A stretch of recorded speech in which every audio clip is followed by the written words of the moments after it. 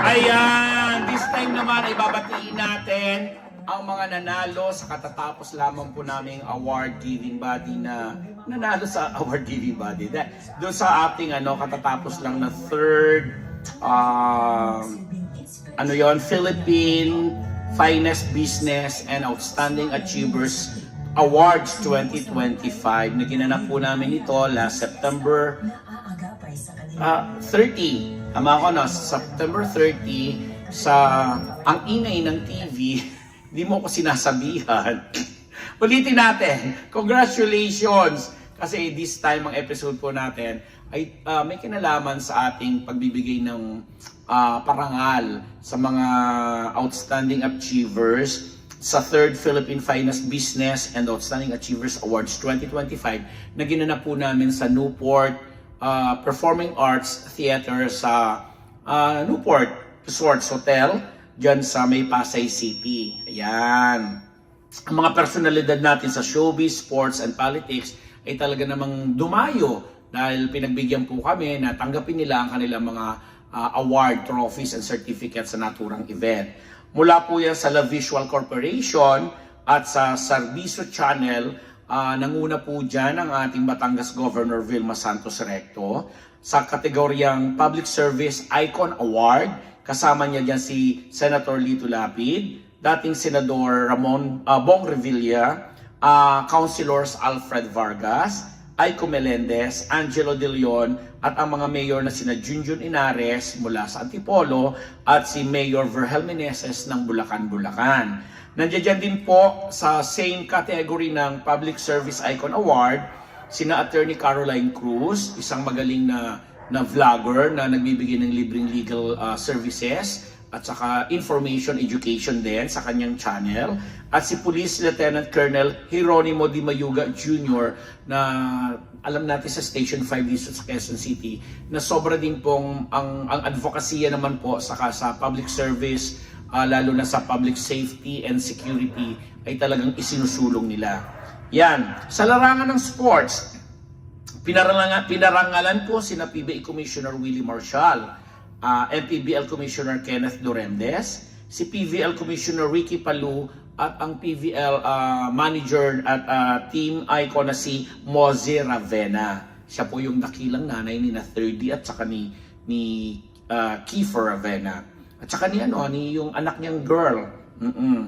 And then sa showbiz icon naman po, sa showbiz entertainment and sa theater, TV, and movies. Nanguna po dyan si Tercio Cruz III, ang ating kapatid, si Roderick Paulati, si Tugang Nadik, Luis Manzano, Enchong D, Rian Ramos, at Aga Mulak. O, diba bonggang-bongga? Nirepresent po ni kapatid na Pipo or Tercio, sina Ate V, Luis, at Aga. That time kasi nung kachat ko si Governor Vilma Santos, nagpadala siya sa amin ng voice message na talagang ramdam mo at maririnig mo yung kangaragan ng boses na alam mo yung bilang ina ng gobernador, bilang ina ng Batangas province ay talagang yung sipag sa kanya nandoon pa rin na nasaksihan natin sa mga nakaraang panahon. And si Ate V talaga, as much as she wanted to join or to be present dun sa event, nagpadala na lang siya ng mensahe. But still, since mag-BFF naman sila ni Pipo, pinakiusapan natin dahil ako naman sana ang magtatanggap nun for her. Pero since punong abala din po ako at ako ay isa sa mga host, napakiusapan natin si kapatid na Tercio Cruz III na i-receive ang kanyang trophy or award. Pati na rin yung awards ni na Luis Manzano na nasa Japan naman during that time, at saka ni Aga Mulak na supposedly si Aga ay pupunta pero sobrang traffic from his residence sa Ayala, Alabang, hindi na siya umabot dun sa Pasay. Layo.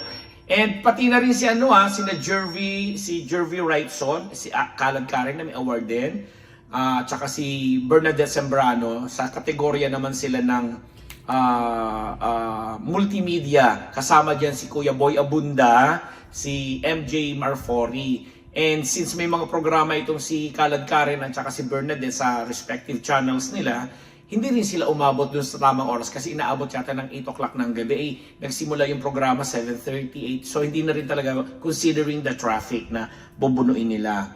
And kasama din nila si Tony Gonzaga na nung araw na yun ay parang birthday nung kanyang anak na si Sev. Nagpadala din siya ng mensahe na nagpapasalamat siya dahil hindi nga siya makakapunta dun sa naturang event. Ayan. And then, si Senator Lito Lapid, ni-represent ng kanyang anak na si Tieza COO na si Mark Lapid. Yung Tieza, ito po yung Tourism Infrastructure and Enterprise Zone Authority, something. Si Mark Lapid po yung COO doon at ni-represent niya yung kanyang ama para sa award. Nagbigay din siya ng pasasalamat. Habang ang Chief of Staff naman ng Bulacan na ni Mayor Vergel Meneses, ang siya namang tumanggap kasi that time yata si Mayor Vergel ay nasa isang seminar kasama ang kanyang mga kawani. Yan. Si Gary Duhali, ang isa sa mga top executives ng MWEL Philippines, ang nag-represent naman kay Ma'am Shay Cabal Revilla na awarded din po sa kategoryang Health and Medical Icon. Yun. Kasama niya dito sina Ana Magkawas ng LACS, si Dr. Jerome Laceda ng Marikina Valley Hospital at Dr. Pong Magtibay ng One Dental Clinic bilang mga co-awardees nila. Na-present sila that time. Si Ma'am Ana Magkawas, talagang rampa-rampa pa siya doon sa red carpet, no? Ngayon, hindi man nakarating, nagbigay din po ng kanilang mga mensahe sina Winwin Marquez at Michelle D. Bilang mga icon, awarded din sila sa kategoryang Beauty and Fashion. Kasama naman nila dyan si Kasama naman nila dyan si Jojo Bragais ng Bragais Shoes na present that time at masayang-masaya siya sa tinanggap niyang award. Sabi nga po namin, ginanap po ang seremonya sa Newport Performing Arts Theater sa Newport Hotel sa Pasay City last September 30. At bilang isa po nga ako sa punong abala at ako po yung chairman ng Selection and Awards Committee, ang tindi po talaga ng pinagdaanan ng mga proseso niya kasi ang nangyari po dyan, sa bawat category o sa bawat field, may mga committee po na nagsumiti ng mga pangalan and na shortlist po yan from 15 naging 20 and from 20 naging 7 or 6 lang. Tapos nag-screen at nag-submit po sila ng mga visual or mga video, mga video reels para naging pinagbasihan ng kanilang mga naging advokasya na may kaugnayan sa leadership, sa excellence, sa service at commitment doon sa kanilang respective communities or mga endeavors or mga advocacy nga na tinatawag natin. Kaya po sila nabigyan ng karangalan. O di ba? Walang hocus-pocus doon at walang bayad. Yun ang pinagmamalaki naman kasi not naman to demean other award giving body na alam mo yun ang humingi through sponsorship or what. Never po. Kami po ay nagpapasalamat po sa La Visual at sa Servicio Channel kasi may mga sarili po kami mga sponsors na talaga pong nagtaguyod at sumuporta sa amin. At yung mga awardees namin ay hindi namin hininga ng kahit anong sponsorship or kahit anong salapi or atumbas na halaga para mabigyan silang award. Sorry, hindi ganon. La Visual. O, di ba talagang ginawa na?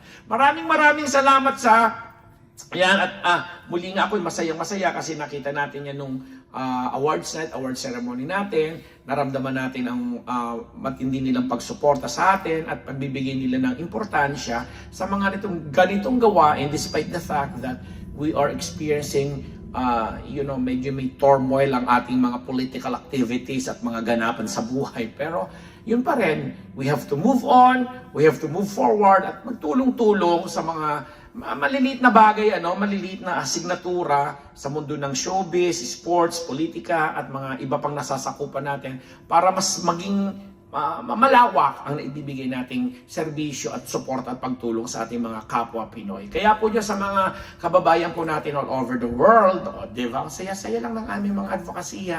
Maraming salamat po. Hindi lang po tayo nagchichismisan at nagbabalitaan ng mga kaeklayan dito, kundi mga ganitong serbisyo din po na sana nakakarating sa tamang kinaukulan. Dahil talagang yun po ang aming layunin, diretso po binibigay sa taong bayan. Diba? Walang flood control at kung anik-anik pa.